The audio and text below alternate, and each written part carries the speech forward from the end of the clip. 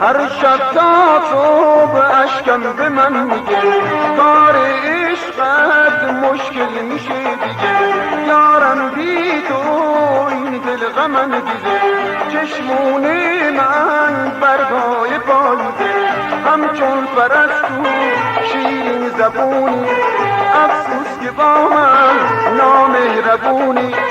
غمگین و تنها چون مرغ شیدا، افسانه خوانم با ساز غما، همچون پرستو شیرین زبونی، افسوس که با من نامهربونی نامهربونی.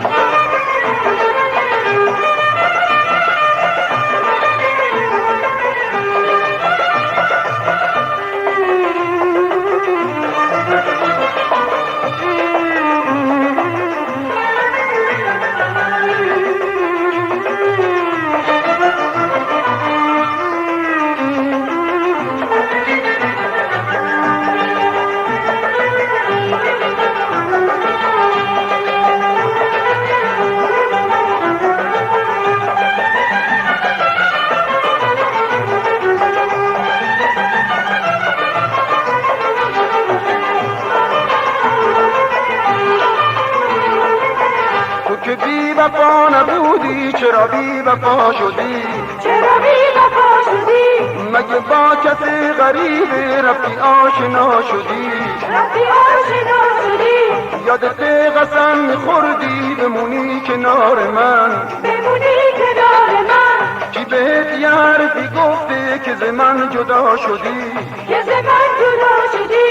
میدونی دلم همیشه سر راه تو میشینه، که شاید تو را ببینه، مگه تو خبر نداری کار هر روز شمینه.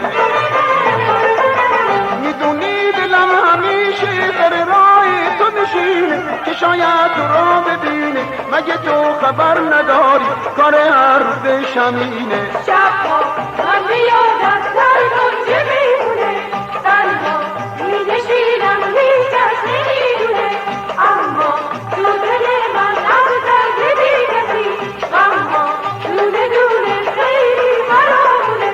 هر شب تا صبح اشکم به من میگه کار عشقت مشکل میشه دیگه. یارم بی تو این دل غمم دیده، چشمونه من برگهای پاییده، همچون پرستو شیرین زبونی، افسوس که با من نامهربونی. غمگین و تنها چون مرغ شیدا، افسانه خوانم با ساز غما، همچون پرستو شیرین زبونی، افسوس که با من نامهربونی نامهربونی.